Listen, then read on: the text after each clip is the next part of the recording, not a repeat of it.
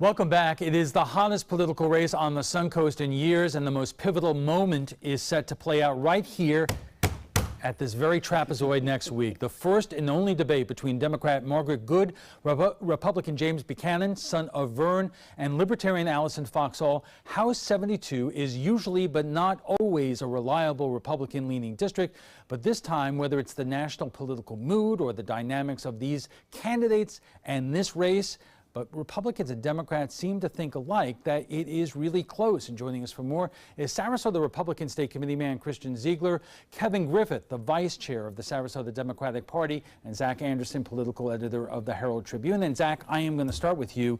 A whole lot has changed in this race in the last couple of weeks. Why do you think that is? I think that it's a tight race. You can see it on both sides. You can just sort of read the body language from people in both parties, and they both feel, I think, a little bit nervous about this race. You know, it's a really competitive contest. You're seeing the Republican and the Democrat especially raising a significant amount of money, really campaigning hard. Then you have this third-party candidate who's kind of a wild card.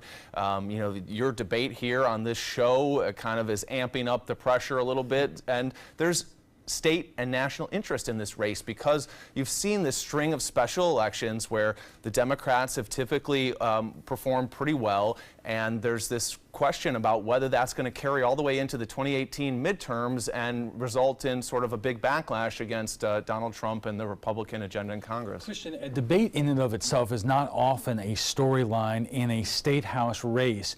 You know, you were designated by the Republican Party for being here tonight. Why was the decision made after basically going out and saying that we are not going to debate or having joint appearances with the other candidates? Why did the campaign change its mind? You know, that's really a question for the campaign, to be honest. I mean, I can't really dive into what their thought process was. I mean, I know one of the statements that I read was that it wasn't working with their schedule, but then they ended up finding time. I mean, at the end of the day, the debate's happening. It's going to be here next week. That's really the focus. I think it's good for citizens to be able to see you know, their candidates or elected officials, if they were in office, really address those issues. So you're going to get that next week. I think James will be here and the other two candidates will be here. It should be exciting. Kevin, this is something that the Democrats were hoping for all along, although we might point out that Margaret Good did not debate her primary opponents, but still, this is what you wanted in terms of all three candidates on the same stage and making their case. I have to correct you, Alan. Margaret Good did debate her opponent multiple times in multiple forums, and she did appear for a segment here with Ruta, just not together. But yes, absolutely, this is what the Democrats want, because ultimately elections are about making choices and about the decisions that will be made for our community moving forward.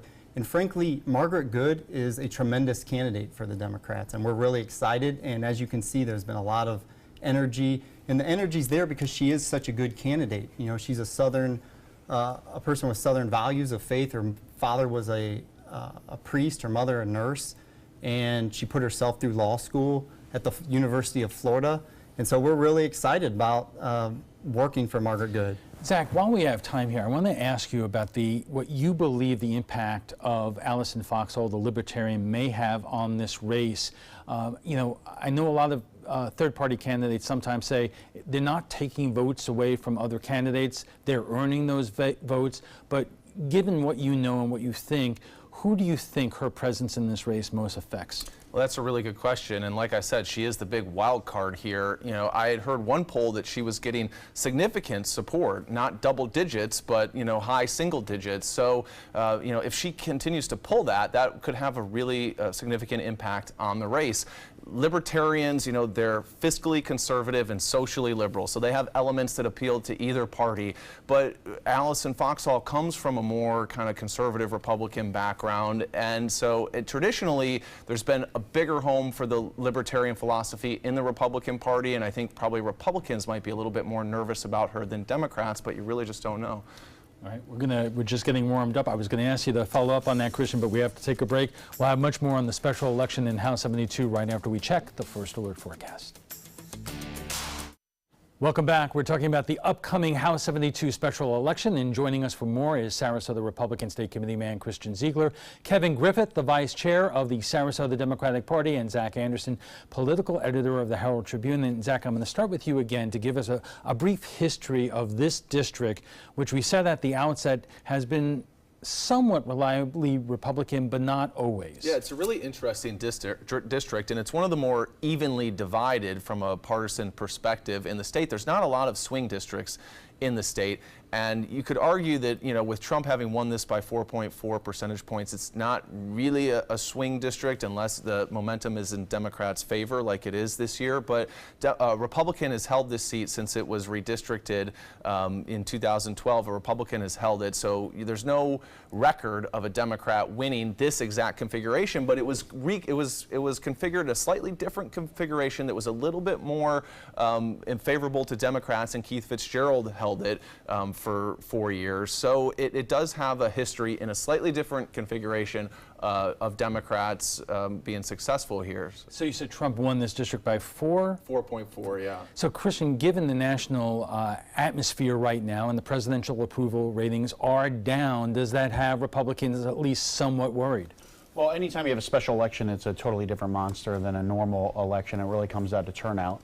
Oftentimes, and I want Republicans at home to know this, is oftentimes it's a lot easier for people that are angry to be energized to go vote, whereas Republicans, you know, we may be happy with the tax bill passing and everything else with the judges that have been put in place, but it's difficult for us, you know, to really get off the couch and go vote to really continue that. But we need to realize, I mean, there's a stark contrast in candidates. I mean, we have Rick Scott's created over 1.5 million jobs. Margaret Good would have voted against all of Rick Scott's priorities. Rick Scott's taking a stand on sanctuary cities. Margaret Good's been pretty clear that she's not open to banning sanctuary cities and counties. She's a liberal. She's a pro-tax liberal. James Buchanan, he's going to go out there and he's going to lower taxes and he's going to fight for businesses and the economy. So we have a contrast, and as long as voters know that, I think they'll get off the couch and vote. The contrast is that she's a Democrat. Kevin, what is the message? Let me respond. But let me. Oh, wait, you respond first, and then I have a question. Okay, Rick Scott, a couple years ago, wanted to privatize Sarasota Memorial Hospital. The question for the folks at home right now who are undecided in this race is, if Rick Scott has an issue that he wants, and you, the person at home, has an issue that you're for, which side is James Buchanan going to be on? He's going to be on Rick Scott's side because that's who's supporting his campaign. And on the House Bill 9, that's this immigration issue. You know, here's the problem with that, with Christian's position. First of all, well, let me say this. On the sanctuary city issue, the issue for the Democrat, I think personally, would be that let me pass. Here's the deal. No, hold on. He addressed that immigration issue. It's a tough issue for Democrats. You know, you see it here. You know, the Democrats, they ended their, they ended this government shutdown. It's been a national issue, immigration, and it is an issue where Republicans think, at least, that they have the advantage, especially in the Sarasota area, which is, a very white area. You don't have a lot of immigrants, so you don't really have to cater to the immigrant community as much as other areas, and so there is. I think Republicans do feel they have an advantage on immigration and sanctuary cities, and Democrats, with their base, though, does support supporting immigrants. Right, but let me ask you this. In terms of Sarasota families, is that what they're voting for? Are they voting on sanctuary cities or sanctuary state, or are they more concerned about pocketbook It is wallet an issue issues? that really riles up, that really motivates the Republican base. So is that what most people are voting on in a state house race? I don't know, but it might be something, as Christian said, that gets people off the couch for the Republican Party. The federal government was shut down because Democrats were siding with illegals over Americans. So that's been a national discussion over the past week. You have Margaret Good and other Democrats in the state of Florida that refuse to ban sanctuary cities, and you have Kate Steinle being murdered in California. This is a serious issue, and at the end of the day, it all comes back to, are we going to take care of our citizens, our country, or are we going to look after illegals? And I think you have Margaret Good, who's siding with the illegals, and you have James Buchanan, who's going to take a clear stand and protect Americans. Alan, I apologize. I went blank on that, but let me tell you where I stand and where Margaret Good stands. The issue is that what James Buchanan and the Republicans won't tell you is that your taxes will be raised if the sheriff here in Sarasota County has to take care of nonviolent felony or nonviolent misdemeanor offenders. That's where the money, you're going to be paying taxes for nonviolent people. And so and you know who else supports Margaret Good and opposes James Buchanan is the Florida Conference of Catholic Bishops on this issue. But see, again, Democrats are putting themselves in a tough spot here because they're advocating for illegals at the expense of Americans. But we're not advocating for illegals. So is this the number one issue that this campaign is going to rest on?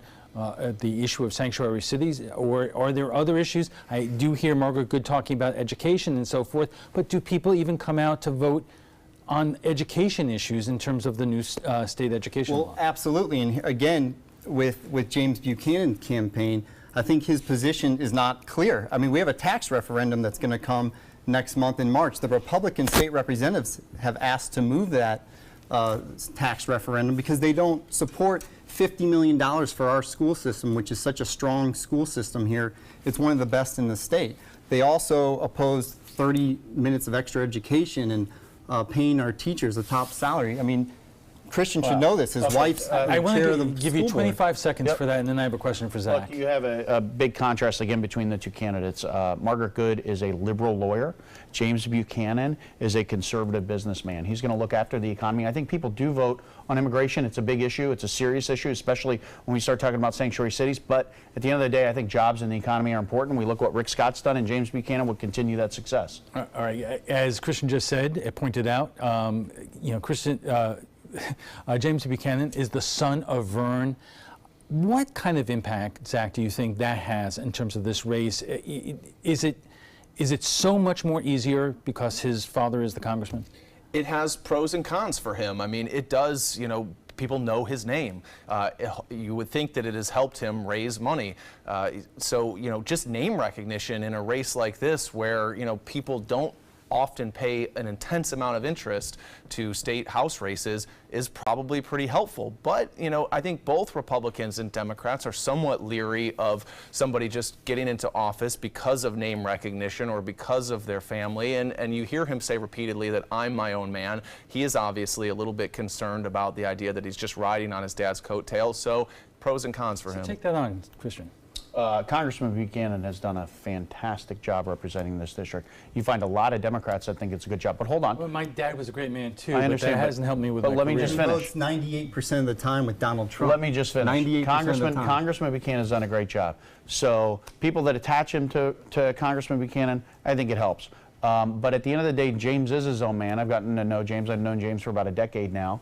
And I think people are going to look, and they're going to see two candidates. You have a liberal lawyer, and you have a conservative businessman. Who really relates with the average Joe? I think James will. Kevin, final word. Well, it's a little bit vague to call him a conservative businessman. Frankly, Margaret Good is running against Vern Buchanan and James Buchanan. I mean, I have it on good word that Vern Buchanan's calling donors and trying to raise money for James Buchanan. That's a tough thing for Margaret Good to have to overcome, but the Democrats are very motivated, and on the issues, she's right. Education, climate change, and health care, she's with the voters. Zach, quick question. In terms of fundraising, you told me just a couple of days ago that Margaret Good was actually out fundraising Buchanan. Yeah, for the last reporting cycle, she raised significantly more money, almost double what James Buchanan raised in terms of hard money for her campaign. And also she raised a lot in soft money for her political action committee. But James Buchanan has gotten some significant amount of in-kind contributions from the Republican Party of Florida, which is funding a lot of his campaign. And he's getting an enormous amount of money from outside groups. A lot of the mailers and ads in his campaign are being paid for by outside groups. So it's a little harder to trace where his money is coming from, and I think he probably may be outspending her a little bit, but yeah. We have to take a quick break, and we'll be back for final thoughts in a moment.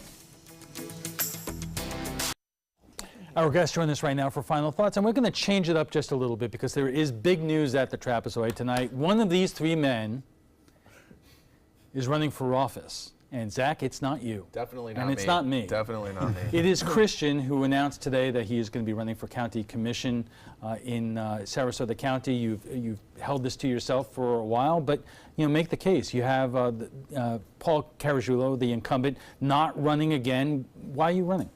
Paul's a good friend. This is something that wasn't on my radar, but he did bring it to me. I think our local community, I mean, when you look at it, I have my mom retired here. I live here. I work here.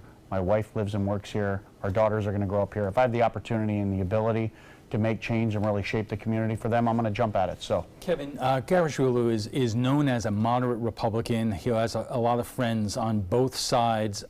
Christian, fewer of them. Yeah. I mean, are you going to run somebody against Yeah, Christian? I mean, Christian's vision for Sarasota County is much different than the vision for many of us, including, frankly, Paul Garagullo's vision. Paul was a very moderate voice on the county commission. He, for example, on the celery fields issue, voted against the celery field. I suspect Christian would be very along the lines of the developers. But, you know, we'll have a candidate. I let him know before this that we'll have a candidate in that race, and put it to the voters. So Zach set it up? So this, in countywide elections, Republicans typically have a pretty good advantage. It'll be interesting to see with the climate favoring Democrats this year if the Democrats can recruit a stronger candidate. Christian is not guaranteed to, just walk into this seat on the Republican side. There's other Republicans who are interested in this race. Well, we'll see who kind of emerges, but people have been talking that he could potentially get a primary. So, this is still very much undecided. And Democratic names yet? Well, I think former City Commissioner Suzanne Atwell, former Sarasota Mayor Kelly Kirshner. We also have people like Hagan Brody, who's on the City Commission. All of those people could be considered. Christian, good luck to you. I appreciate it. Thank you. Okay. Before we go, we want to share with you what some of you had to say about Friday's show on The Week in Washington. The week was filled with Republicans and Democrats blaming one another on who would be responsible if the government shut down. And sure enough, the government did shut down Friday night at midnight.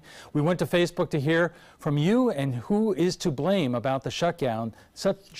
And Sue says both parties have their share of nitwits. Grab some popcorn. The next 12 months are going to be fun, serious fun. We independents will hold a few seats open for you. Okay. Denny says it's the fault of the American people, you, me, and anyone else who has not demanded that term limits be imposed on Congress. Well, if you'd like to join the conversation about tonight's topic, just visit our Facebook page at facebook.com/mysuncoastnews.com at ABC7. And FYI, you can watch past discussions on demand. They're available on Apple TV, Amazon Fire, and Roku. And for the latest on local breaking news, don't forget to download the updated version of our app. If your current app doesn't work, it's expired. Just go to the App Store and re-download it by searching for WWSB or My Suncoast. We want to thank all our guests for being here tonight. Republican State Committee Man Christian Ziegler, Kevin Griffith, Vice Chair of the Sarasota Democratic Party, and Zach Anderson, political editor of the Herald Tribune.